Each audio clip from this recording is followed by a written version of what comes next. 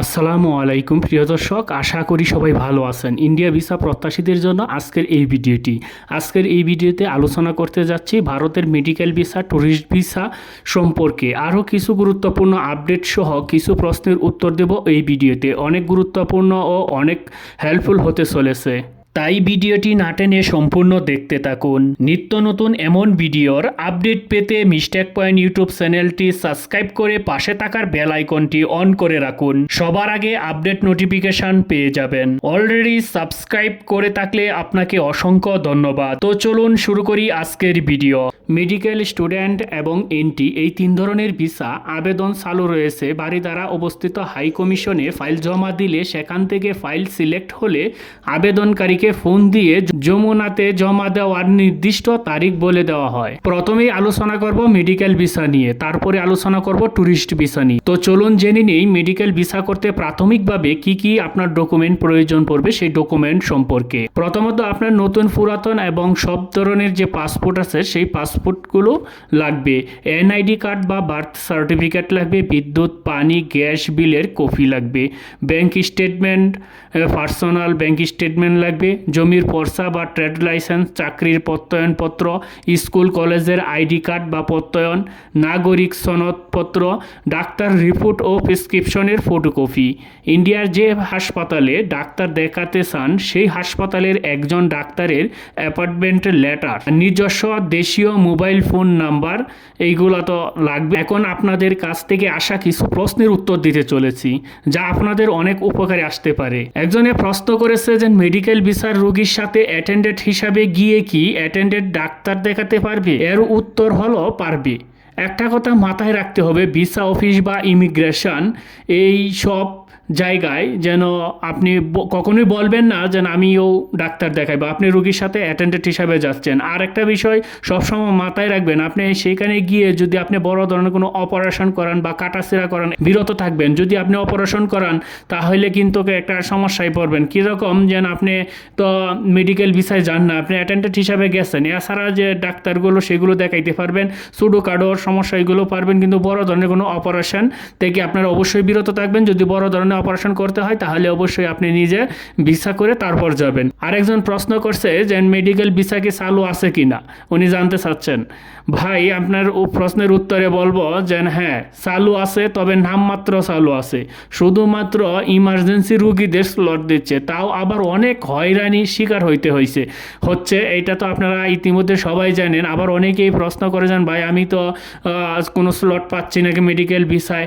আমি তো বললাম মেডিকেল ভিসায় শুধু নামমাত্র স্লট দিচ্ছে, আপনার মেডিকেল ভিসা সবাইরে দিচ্ছে না, ইমার্জেন্সি কিছু রোগীদেরকে দিচ্ছে। আর তার ভিতরেও আবার আপনার এই যে দালাল ঢুকে গেছে, দালালের মাধ্যম দেওয়া হচ্ছে। এখন বলবেন যে আসলে যে আপডেটগুলো নিয়ে আসছে সেই আপডেটের মাধ্যমে তো দালালের তো এখানে কোনো হাত থাকার কথা না, যেহেতু মোবাইল ভেরিফিকেশন করা হয়, মোবাইল নাম্বার ভেরিফিকেশন। আর এবার নাম্বার ভেরিফিকেশন করলেও স্লটগুলো কিন্তু ভারতে বসেতেই গিয়ে এই দালালরা এই ভিসাগুলো নিয়ে নিচ্ছে। যাই হোক, আশা করি আপনারা বুঝতে পারছেন। ভারতীয় ভিসার জন্য কোন ব্যাংকে ডলার এনরোল করলে ভালো হবে, একজন ভাই বলছেন। আমি তাকে বলবো যে বাংলাদেশের যে কোনো ব্যাংক, মানে যে কোনো ব্যাংকের থেকে আপনি ডলার এনরোল করতে পারবেন, তবে এজেন্ট ব্যাংক ছাড়া। আপনার শাখা ব্যাংক হোক আর উপশাখা হোক কোনো সমস্যা নেই, কিন্তু কোনো এজেন্ট ব্যাংকে ছাড়া যে কোনো ব্যাংক থেকে করাইতে পারবেন। তবে যদি বলি যে সবচেয়ে ভালো কোনটার ভিতরে আমি যেটা ব্যবহার করি সেটা হচ্ছে আইএফআইসি ব্যাংকের ভিসা কার্ড। সেটা হচ্ছে আপনার আমার অ্যাকাউন্ট থেকে করি। আমি দেশের বাহিরে কয়েকটা রাষ্ট্রের থেকে আমি এই টাকাগুলো এই কার্ড দিয়ে আমি কেনাকাটাও করেছি এবং এটিএম বুথ থেকে তুলছি, ভারত সহ। আমি ভারতেও আমি এটা দিয়ে কেনাকাটাও করেছি, আমি খাবারের বিল দিয়েছি এবং এখান থেকে আপনার এটিএম বুথ থেকে টাকা তুলেছি। আইএফআইসি ব্যাংক এইটা আপনি করতে পারেন। আমি সাজেস্ট করব না যেন আপনি এটাই করেন, জাস্ট আমি আমার এক্সপিরিয়েন্সগুলো আপনাদের সাথে শেয়ার করলাম। কারণ ওই কার্ড সম্পর্কে যদি কোনো সমস্যা হয় তাদেরকে মেল দিবেন, মেল দিলে সাথে সাথে এটার রিপ্লে পাওয়া যায়, মানে সাথে সাথে সলভ হয়। কারণ আমি যখন টাকা তুলতে গেছিলাম আমার এক সময় একটা সমস্যা হয়েছিল। সেই সমস্যাটা হচ্ছে যে আমার ফ্রন্ট পার্টটা ক্লোজ ছিল, কারণ আমার যে ডেটটা তারা একটা নিরাপত্তার সিকিউরিটির জন্য এই 1 বছরের জন্য দিছিল, মানে 1 বছর পর আবার তাদেরকে নক করলে এটা করে দিবে। তখন আমার আর মনে ছিল না, তখন আমার যে ডেটে আমি যখন এটিএম বুথে কার্ড ঢুকাইলাম তারপর আমার টাকাটা তোলা যাচ্ছে না, তখন তাদেরকে আমি মেল দিলাম, মেল দিলে সাথে সাথে রেসপন্স করছে, বলছে যে এটা আপনি করে রাখছিলেন 1 বছরের জন্য নিরাপত্তা খাতিরে, তাইলে আপনি কি এটা সবসময় ওপেন রাখতে চান? আমি বললাম হ্যাঁ, আমার এটা সবসময় ওপেন দাও, এটা কোনো ওই অফের দরকার নাই। তা এখন তারা আমাকে একদম আনলিমিটেড করে দিয়েছে 2032 সাল পর্যন্ত, কোনো সমস্যা নাই, আমি এইটা দিয়ে আমি মানে পুরো দমে লেনদেন করতে পারতেছি। এখন আপনাদেরকে আমি সাজেস্ট করবো না যে এইটাই করেন, আপনাদের যেটা ভালো হয় সেটা করতে পারেন, মানে আমার এক্সপিরিয়েন্সগুলো আপনাদের সাথে শেয়ার করলাম। আরেক ভাই আর একটা গুরুত্বপূর্ণ প্রশ্ন করছেন যে একটা নতুন সংবাদ শুনলাম যে ভিসা অ্যাকাউন্টকারী বা অ্যাটেন্ডেন্স যারা, তারা নাকি অ্যাকাউন্টকারী নিজের এনআইডি দিয়ে সিম রেজিস্ট্রেশন করে পরে নিজের এই সিম দিয়েই রকেট, বিকাশ বা নগদ দিয়ে পেমেন্ট সহ স্লটের ডেট নিতে পারে, এটা কতটুকু সত্য? এর উত্তর হলো সত্য এবং মিথ্যা, কিছুটা সত্য এবং কিছুটা মিথ্যা। কীরকম কিছুটা মিথ্যা? এখানে কিন্তু আপনার এই যে বলা হচ্ছে যে, আবার অনেকেই বলে যে আপনার মোবাইল নাম্বারটাও চেক করে যে আপনার নামে রেজিস্ট্রেশন কিনা, মূলত ওইটা না, এখানে চেক করা হয় সেই বিষয়টাই যে আপনার যে মোবাইলের যে নাম্বারটা আপনি দিয়েছেন যে ভেরিফিকেশনের, সেই নাম্বারটা আপনার সাথে আছে কি না। আপনার এই সিমটা রেজিস্ট্রেশন হতে পারে আপনার ফ্যামিলির অন্য কোনো সদস্যর দ্বারা, তাতে কোনো সমস্যা হবে না, কোনো সমস্যা হয় না। আর এটা শুধু খালি এইটাই চেক করে, আর এটাকে মানুষে অনেকভাবেই এটা উপস্থাপন করতেছে যে নিজের ফোন নাম্বারও নিজের আইডি কার্ড দিয়ে থাকতে হবে এবং বিকাশ, রকেট সেই অ্যাকাউন্টও নিজের আইডি কার্ড দিয়ে থাকতে হবে, কিন্তু এইগুলো হচ্ছে আপনার একই সিম দিয়ে থাকতে হবে, কিন্তু আপনার নিজের আইডি কার্ড দিয়ে যান এইগুলো রেজিস্ট্রেশন করা লাগবে তেমন কোনো কিছু না। আপনার পরিবারের ফ্যামিলির যে কেউ হতে পারে, কারণ এইগুলো করার একমাত্র কারণ হচ্ছে যেন যে কিছু দালাল চক্র আছে, তাদের যেন প্রতারণায় সাধারণ মানুষ যেন না পড়ে সেই জন্যই। কিন্তু এত কিছু কইরা ভাই লাভ নাই, কোনো লাভ নাই, এত কিছু যেন তারা এত সিস্টেম করতেছে, এইগুলো শুধু হচ্ছে লোক দেখানো ছাড়া আর কিছু না, মানে বাংলাদেশের মানুষের সাথে শুধু মস্কারা করা ছাড়া আর কিছু না। ভিসা দিচ্ছে না, আবার কত ধরনের কত কাহিনী, আবারও শুনতেছি যে পুলিশ ক্লিয়ারেন্সও লাগতে পারে অন্যান্য ভিসার ক্ষেত্রে, এইগুলা মানে ট্যুরিস্ট মেডিকেল ভিসার ক্ষেত্রেও নাকি লাগতে পারে, কিন্তু এইটা আবার সঠিক না, এটা আমি বললাম আসছি যে এরকম কত ধরনের কত নিয়ম তারা করতেছে। আচ্ছা, যাই হোক, এখন আলোচনা করব ভারতের ট্যুরিস্ট ভিসা সম্পর্কে। যেন অনেকেই প্রত্যাশা নিয়ে বসে আছেন যে ভারতের ট্যুরিস্ট ভিসা নাকি মার্চ মাসে চালু হয়ে যাবে, সেই রকম অনেক গুজব, অনেক কথাগুলো ইতিমধ্যে চলে এসে, আবার কেউ এখনও দেখছি যে অনেকেই বলতেছেন হ্যাঁ মার্চ মাসে চালু হয়ে যাবে। আমি বলবো ভাই, যে বলছে যে মার্চ মাসে চালু হয়ে যাবে তাকে জিজ্ঞাসা করেন যে তুমি কি ভারতের হাই কমিশনের সাথে কথা বলেছো যেন তোমাকে বলে দিছে যে মার্চ মাসে চালু হয়ে যাবে? কিন্তু এইরকম কথা কেউ বলতে পারবে না, শুধু বলবে কি ভাই একটা সম্ভাবনা। কিসের সম্ভাবনা ভাই?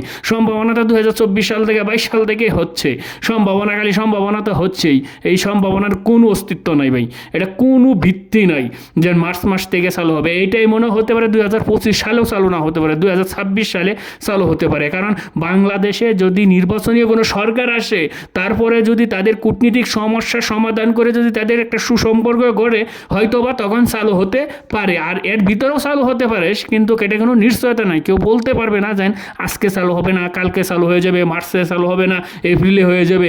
এইগুলো হচ্ছে বংবাং কথা, আর কোনো কিছু নাই, এর কোনো অস্তিত্ব নাই, এর কোনো ভিত্তি নাই। মানে অনেকে ভিত্তি ছাড়া কথা বলে। আসলে ভিসার জটিলতার কারণটা কি? ভিসার বেশি জটিলতার কারণ হচ্ছে যে জুলাইয়ের যে ছাত্র আন্দোলন হয়েছিল, সেই আন্দোলনকে কেন্দ্র করেই কিন্তু এই ভিসার নীতিটা আরও কঠোর করেছে। যেন তাদের ভারতের হাই কমিশনার বলছে যে তাদের দেশের অভ্যন্তরীণ নিরাপত্তাজনিত কারণ দেখিয়েই কিন্তু বাংলাদেশের ট্যুরিস্ট ভিসা সহ কিছু ভিসার উপর অনেকটা নিষেধাজ্ঞার মতনই তারা করেছে, মানে অনেক কঠিন করেছে, মানে বন্ধ করে দিচ্ছে। এইটাই হচ্ছে মূল কারণ। আর মার্চ মাসে যে ট্যুরিস্ট ভিসা খুলবে, এইগুলা আসলে কোনো ভিত্তি নাই, এইগুলা নিয়ে আপনারা কেউ মাথা ঘামাইবেন না, এগুলোর কোনো ভিত্তি নাই। মার্চ মাসে খুলতে পারে, মনে আছে যেন 2026 সালের মার্চেও খুলতে পারে। অনেকেই প্রশ্ন করেন যে ভিসা ভাই কখন খুলবে, ট্যুরিস্ট ভিসা কখন খুলবে। আমি তাদেরকে বলবো যে আপনারা এই ভারতের চিন্তা মাথায় থেকে সাইরে দেয়, যারা এইরকম সফরগামী ভাই বোনেরা আছেন তারা ভারতের চিন্তা মাথায় থেকে সাইরে দিয়া আপনারা অন্য বিকল্প দেশগুলো থেকে ছুটেন, সেটা সবচেয়ে বেটার হবে। কারণ এই ভারতে যে যাইতে হবে এরকম কোনো কিছু না, ভারত ছাড়া অন্যান্য রাষ্ট্র আছে সেইগুলোতে যান, সবচেয়ে ভালো হবে। হ্যাঁ, এখন আমরা যদি সব কিছু বিষয় অ্যানালাইসিস করিয়া যদি বলি যে সীমান্তের এই এপারের ব্যবসা বাণিজ্য লাল বাতি জ্বলছে, ওই পারের ব্যবসা বাণিজ্য লাল বাতি জ্বলছে, ব্যবসায়ীদের ভিতরে অবস্থা খুব বেতাল হয়ে গেছে। কলকাতার কিছু ব্যবসায়ী ছিল যেটি বাংলাদেশের পর্যটক ভিত্তিক, মানে বাংলাদেশের পর্যটকের উপরে ভিত্তি করেই এই ব্যবসা খাতগুলো উন্নত হয়েছে, সেই সুবাদে মার্চ মাসে খুলে দিবে, এইগুলার কোনো ভিত্তি নাই ভাই, এইগুলার কোনো ভিত্তি নাই। হ্যাঁ, ভারতেরও ক্ষতি হচ্ছে, বাংলাদেশেরও আংশিক ক্ষতি হচ্ছে না যেন এরকম কিন্তু না, কিন্তু তারা এর চেয়ে বেশি হচ্ছে ভাই কূটনীতিক সমস্যা, যে কূটনীতিক যে জটিলতা সেটা সমাধান কিন্তু এর চেয়ে বেশি কঠিন বিষয়। এই জন্য যেন এইগুলা ইশারা ইঙ্গিত দিয়া যেন বলবো যেন ভারতের এপারে সীমান্তে ওপারের সীমান্তের ব্যবসা বাণিজ্য ক্ষতি হচ্ছে, এই জন্য ভারত অতি তাড়াতাড়ি ভিসা খুলে দিতে পারে। ভারত এত ঠেকাই পড়ছে না যেন তোমাদের ভিসা খুলে দিবে, ভারত এত ঠেকাই নাই। আর বাংলাদেশের গভর্নমেন্টের অত ঠেকায় না, ঠেকা হচ্ছে সাধারণ মানুষের, ভারতের সাধারণ মানুষের এবং বাংলাদেশের সাধারণ মানুষের। আবার অনেক বলতেছে যে ভারতের যে পর্যটক শিল্পের কাজটা, এটা অর্থনৈতিক কাজ ছাঙ্গা করার জন্য আজ হোক বা কাল হোক টুরিস্ট ভিসা খুলে দিবেই বা খুলে দিতে হবেই। এইগুলোর কথা আসলে বিষয়টা হচ্ছে হাস্যকর বিষয়। যেন হ্যাঁ, ক্ষতিটা যারা এরকম কথা বলে মনে হচ্ছে যেমন তাদের সমস্যা হচ্ছে, তাদের বোধহয় টাকা অর্থনৈতিক দিক দিয়ে মানে ক্ষতিগ্রস্ত হচ্ছেন, কিন্তু যাদের ক্ষতিগ্রস্ত হচ্ছে তাদের কোনো খবর নাই। যেন কথায় আছে না, যেন যার বিয়া তার খবর নাই, পাড়া প্রতিবেশীর ঘুম নাই, বিষয়টা হয়ে গেছে এরকম। ক্ষতি হচ্ছে তাদেরই, ক্ষতি হচ্ছে যেহেতু তারাই তো এটা নিয়ে করবে না, এটা আমরা এইরকম বললে তো কোনো লাভ নেই ভাই। যাই হোক প্রিয় দর্শক, যাই বলুক না কেন, ভারতে যে ট্যুরিস্ট ভিসা, সেই ট্যুরিস্ট ভিসা কখন করবে বা কবে খুলবে তার কোনো নির্দিষ্ট কোনো ডেট নেই, কোনো নির্দিষ্ট কোনো কিছু নেই। এর আগেও আপনারা অনেকেই শুনছেন ভারতের সাথে যে যোগাযোগ করে রেল যোগাযোগ, সেই রেলের যখন ধোয়া মুছা কাজ শুরু করছে অনেকেই যেই খুলে দিচ্ছে। আসলে ভাই এটার ভিত্তি কী পাইছেন? কোনো ভিত্তি পাইবেন না। ভারতের আশা বাদ দিয়ে আপনি অন্য রাষ্ট্রের দিকে ছুটেন, ভারতের বিকল্প দেশ খুঁজেন। সেই সব দেশে অনেক রাষ্ট্র আছে, শুধু যেন পৃথিবীর মধ্যে একটা রাষ্ট্র ভারত তা কিন্তু না, ভারত ছাড়া অনেক রাষ্ট্র আছে, অসংখ্য রাষ্ট্র আছে। যারা ভ্রমণ প্রেমিক মানুষ আছেন তারা অন্য রাষ্ট্রগুলো, ভারতের বিকল্প রাষ্ট্রগুলো খুঁজে নেন, এটা সবচেয়ে বেটার। যাই হোক প্রিয় দর্শক, আজকে আবারের মতন বিদায় নিব, দেখা হবে পরবর্তী ভিডিওতে। সবাই ভালো থাকবেন, সুস্থ থাকবেন, ধন্যবাদ সবাইকে।